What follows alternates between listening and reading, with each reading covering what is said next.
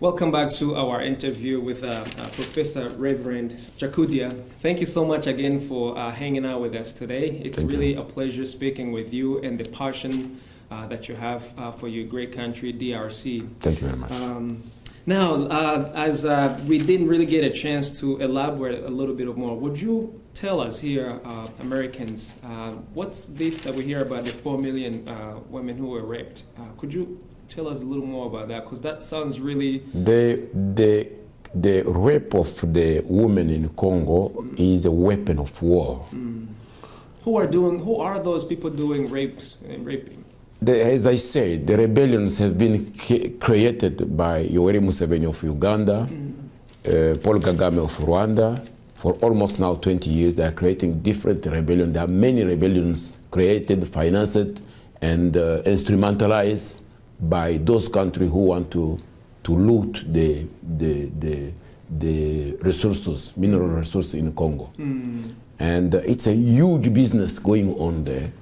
And this looting and creation of warlords and the rebellions financed by both Museveni and Kagame in the region, using the position of Joseph Kabila, who is their puppet, put it in Kinshasa, to facilitate. Joseph Kabila is their facilitator of this rebellions movement and looting of Congo. And the government of warlords in army, in security, in this. We have a lot of things to clean up in that sub-region of Great Lakes and in the Congo particularly. Women are raped. It's not a rape of Europe. It's not a rape of America. They say, oh, this lady has been raped. No. This is a weapon of war used by different rebellions in that sub-region. Almost now 20 years. And it has got more than 4 millions of victims.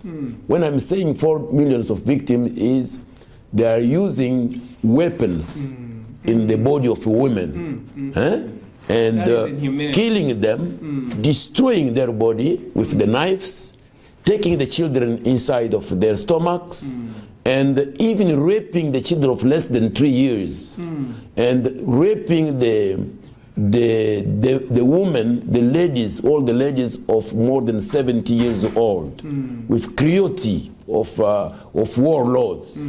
And this is why they wanted to diminish, as I say, they want to diminish the number of the Bantu people. They want to diminish the number of the Hutu people living there, because when they were genocide in Rwanda, all the Hutus came out in Congo. And these people, they have been killed all the time by Paul Kagame and Museveni since '94. There is no dialogue, there is no talk, and only creating militias, rebellions, and go behind them, killing them and looting the minerals. And the east part of Congo is very rich, as I said, in gold, coltans, a lot of strategic minerals used for by the international multinationals. And because of this, we have lost more than 12 million people killed. It's a genocide of people. And it's worse than the third war, the third and the first world war victims. But nobody wants to speak this because they are hidden business behind. This war going on in the east part of Congo, since now almost 20 years, it's a war of business. It's a war of resources.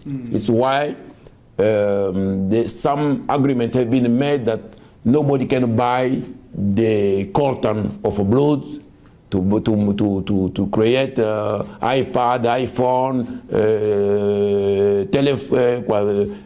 computers and everything.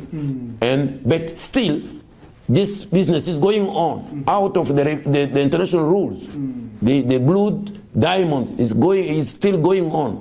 The blood gold is still going on. It's a big business.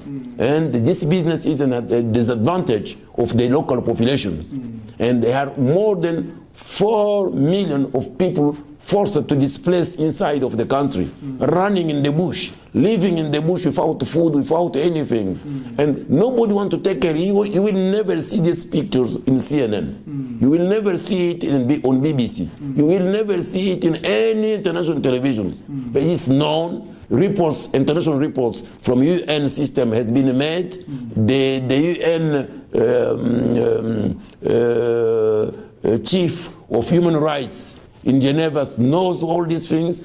Nobody wants to talk. The reports are hidden in the offices. And now we say, instead of continuing like that, we are going to kill all the people, rapes all the ladies, all the ladies make suffering, the children raped, and they rape these ladies in the front of their husbands. They have to traumatize people, to traumatize the ladies that they cannot create maternity. And we have to say that we have to create the climate of security, peace, and stability, to create the climate of business, investment, because we can do these things by creating also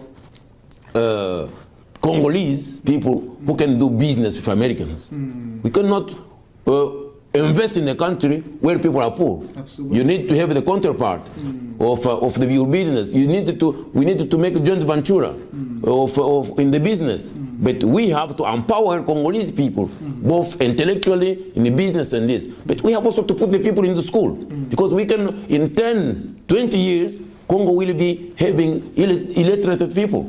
How can you manage a country where people are not going to school? And we need to be sure that the climate permits our children to go to school safely. We need to be sure that our children are eating.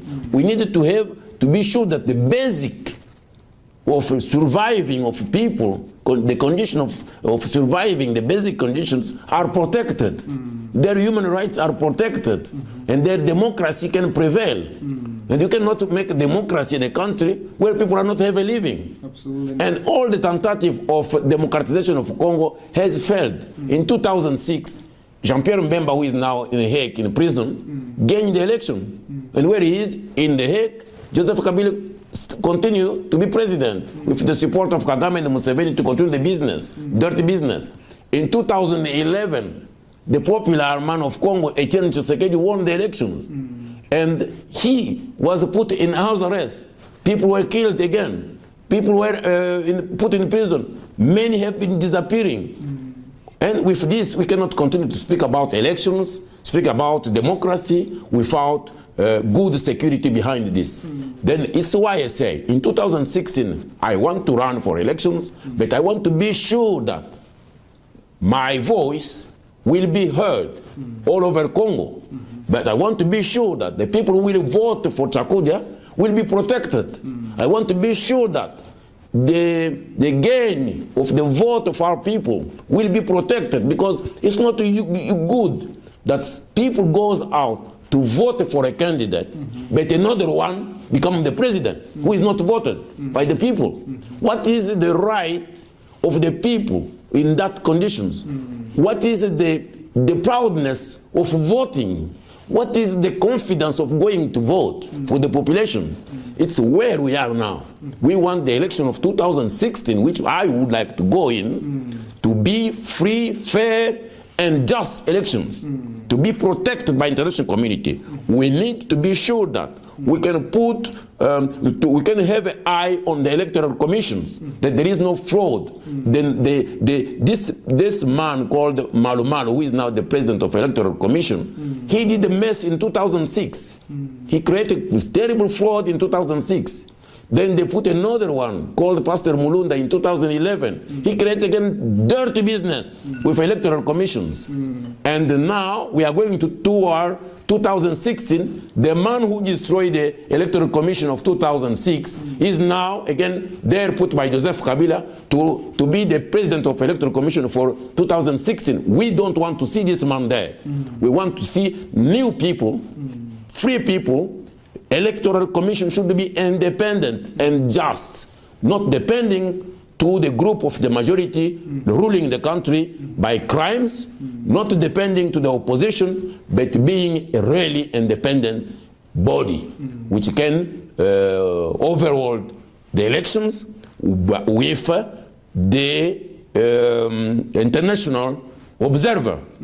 And we have to start to plan all these things from now. For me, it's not necessary to lose our time or we are going to do local elections because we never do local elections before. We want to go to presidential elections and then plan during our term, we'll plan for local and provincial elections. And now we have to put emphasis on how are we going to clean up the mess of democratizations of Congo. To put the climate of peace and security, to have international observer, to be sure that the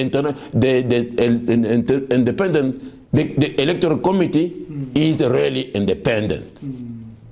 It cannot depend from any of the part going to compete for elections. We have to be sure that the vote of our people is protected. One vote, one man or woman, but when you have a vote, your vote will count. Because in 2006, the vote did not count for the population. 2011, the vote did not count. We want the 2016, the vote should count for the Congolese population. This is my fight, that if I want to put my head in, everything should be protected.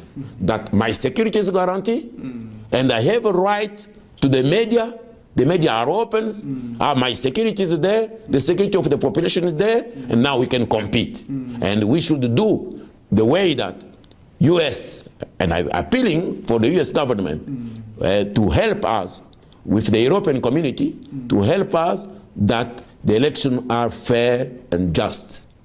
And the right of people, the right of myself is protected.